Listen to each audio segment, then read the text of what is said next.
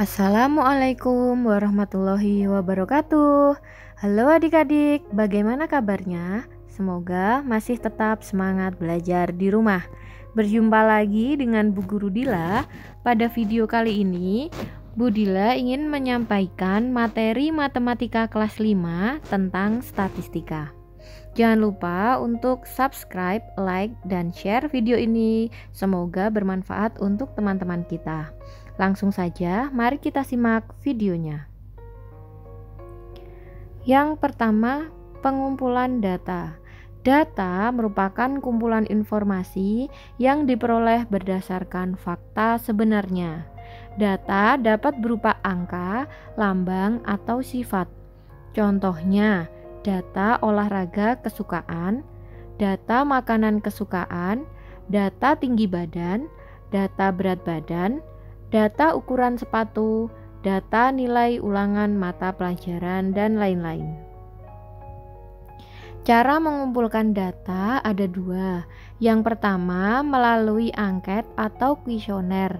Di sini narasumber atau orang yang ingin kita mintai data, kita bagikan sebuah lembaran kertas sehingga orang tersebut bisa mengisi data yang kita inginkan.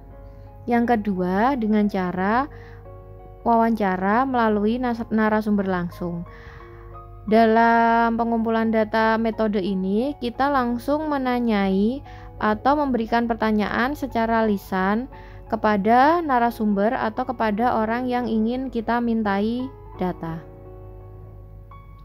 Selanjutnya, kita akan belajar menyajikan data dalam bentuk tabel dan diagram. Yang pertama, kita akan menyajikan data dalam bentuk tabel.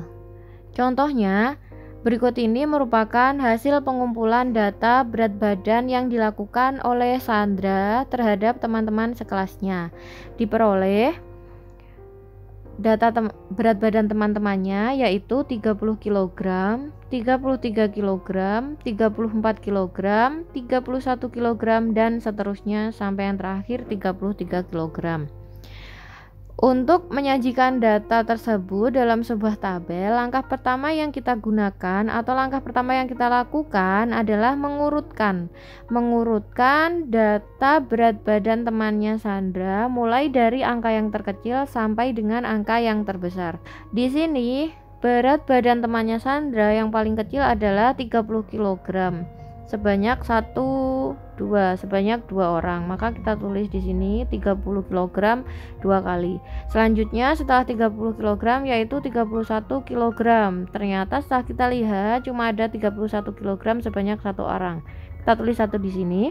Selanjutnya 32 kg 1 2 3. Ada 32 kg, maka kita tulis 32 kg sebanyak 3 kali. Selanjutnya 33 kg 1 2 3 4. Ada 33 kg sebanyak 4, kita tulis 4 kali di sini. Dan yang terakhir 34 kg 1 2 3 4 5. Mohon maaf ya adik-adik, di sini Bu Dila salah ketik, yang betul adalah 34 kg ya. Oke, 34 kg sebanyak 5 kali. Setelah kita mengurutkan, langkah yang kedua kita menghitung jumlah berat badan pada tiap-tiap data. Di sini temannya Sandra yang mempunyai berat badan 30 kg sebanyak 2 anak, yang mempunyai berat badan 31 kg sebanyak 1 anak, yang mempunyai berat badan 32 kg sebanyak 3 anak, yang mempunyai berat badan 33 kg sebanyak 4 anak, dan yang mempunyai berat badan 34 kg sebanyak 5 anak. Dari data yang telah kita kelompokkan seperti ini, kita bisa membuat tabel seperti berikut ini. Di sini ada 2 kolom. Kolom yang pertama merupakan kolom berat badan, yang kolom kedua banyaknya siswa, di mana berat badan 30 kg terdapat 2 siswa, yang mempunyai berat 31 kg sebanyak 1 siswa, dan seterusnya. Yang terakhir yang mempunyai berat badan 34 adalah 5 siswa. Jumlah seluruh siswa ada 15. Yang kedua, kita akan belajar menyajikan data dalam bentuk diagram garis. Nah, di sini ada contoh data hasil panen padi Pak Udin dalam 5 tahun terakhir sebagai berikut. Dimulai dari tahun 2012 sebanyak 15 ton, 2013 sebanyak 20 ton. Maksudnya pada tahun 2012 Pak Udin menghasilkan panen padi sebanyak 15 ton dan seterusnya sampai 2016 Pak Udin berhasil memanen padi sebanyak 35 ton. Dari data ini dapat kita buat sebuah diagram garis dengan langkah sebagai berikut. Langkah yang pertama, kita membuat garis tegak atau seperti yang garis ke atas ini namanya garis vertikal, dan garis mendatar yang ke samping ini namanya garis horizontal, di mana garis vertikal akan mewakili hasil panen Pak Udin dalam ton dan garis yang horizontal akan mewakili tahun panennya Pak Udin. Setelah itu kita beri titik-titik pada pertemuan tahun dan hasil penjualan. Tadi di sini ada tahun 2012, selanjutnya 2013, 2014 dan seterusnya. Lalu hasil panennya di sini ada 15 ton, 20 ton dan seterusnya. Misalkan pada tahun 2012 Pak Udin berhasil memanen padi sebanyak 15 ton, maka kita hubungkan titik-titik dari tahun 2012 ke atas sampai berhenti di angka 15 ton. Jadi di sini kita tandai seperti ini dan seterusnya. Kita sesuaikan dengan data yang tadi ya. Nah, setelah kita hubungkan dan kita buat titik, kita buat tanda, setelah kita tandai, selanjutnya kita hubungkan. Nah, menjadi seperti demikian. Pada tahun 2000 kita akan membaca diagram garis ini ya. Pada tahun 2012 Pak Udin memanen sebanyak 15 ton. Pada tahun 2013 Pak Udin memanen padi sebanyak 20 ton. Pada tahun 2014 Pak Udin memanen sebanyak 25 ton. Pada tahun 2015 Pak Udin memanen padi sebanyak 20 ton. Dan pada tahun 2016 Pak Udin berhasil memanen padi sebanyak 35 ton. Kita hubungkan garisnya menjadi seperti demikian.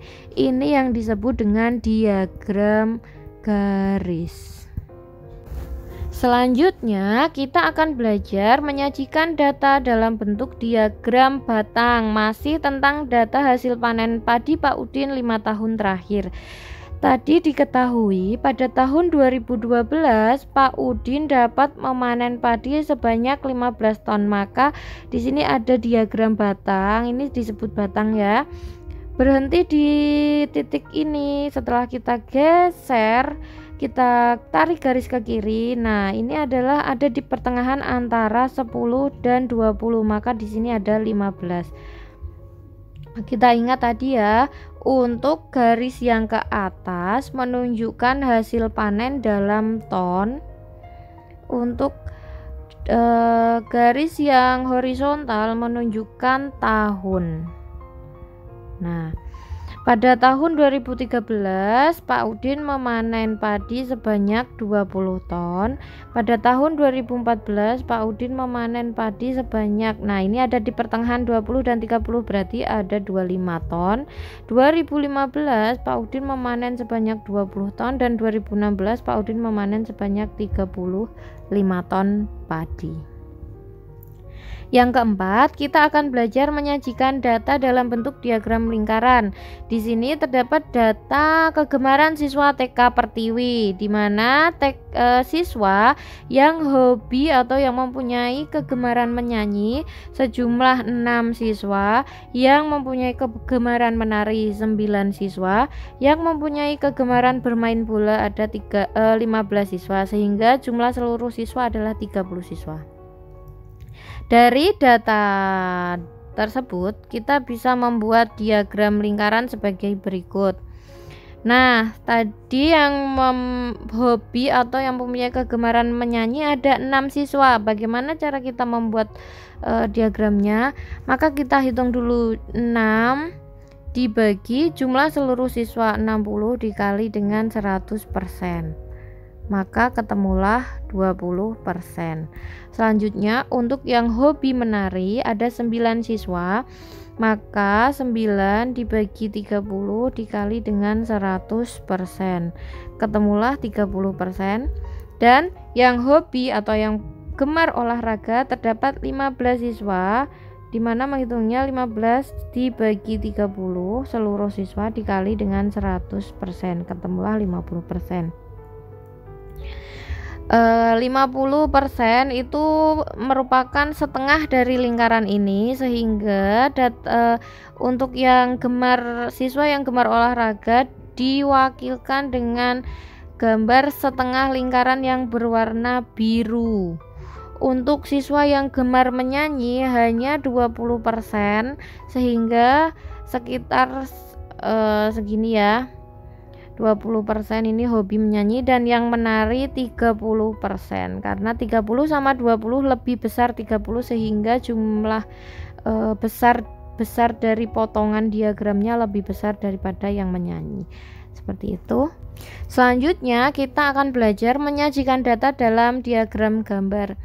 Di bawah ini merupakan data pembeli di kantin sekolah selama seminggu.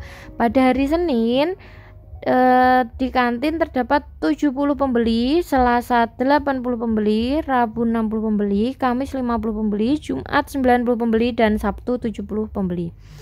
Jika dijumlah total dalam seminggu di kantin itu terdapat 420 pembeli. Untuk menyajikan dalam diagram gambarnya sebagai berikut. Senin 70 orang. Nah, pada gambar 1 orang ini mewakili dari 10 orang. Berarti kalau ada 70, kita harus menggambar sebanyak 7 orang. 1, 2, 3. Kita ulang ya. 1, 2, 3, 4, 5, 6, 7. Ada 7 orang, di mana 1 orang mewakili 10 orang. Satu gambar orang di sini mewakili 10 orang, sehingga 10 kali 7 jumlahnya 70. Seperti itu juga untuk yang hari Selasa, karena satu gambar orang ini mewakili 10 orang, karena totalnya 80 orang, maka 80 dibagi 10, kita harus menggambar sebanyak 8 orang gambar di sini. 1, 2, 3, 4, 5, 6, 7, 8, dan seterusnya sampai dengan hari Sabtu. Nah, demikianlah data pembeli di kantin sekolah selama seminggu yang kita sajikan dalam bentuk diagram gambar. Nah, demikian adik-adik yang dapat Budila sampaikan pada video kali ini. Semoga adik-adik dapat memahami dengan baik. Jangan lupa untuk selalu menerapkan protokol kesehatan dimanapun kalian berada dengan cara 3M, menjaga jarak, memakai masker, dan mencuci tangan. Apabila kalian memiliki pertanyaan, langsung saja disampaikan melalui email, WhatsApp, maupun di komentar di YouTube channel Bu Guru Dila. Sampai jumpa. Wassalamualaikum warahmatullahi wabarakatuh.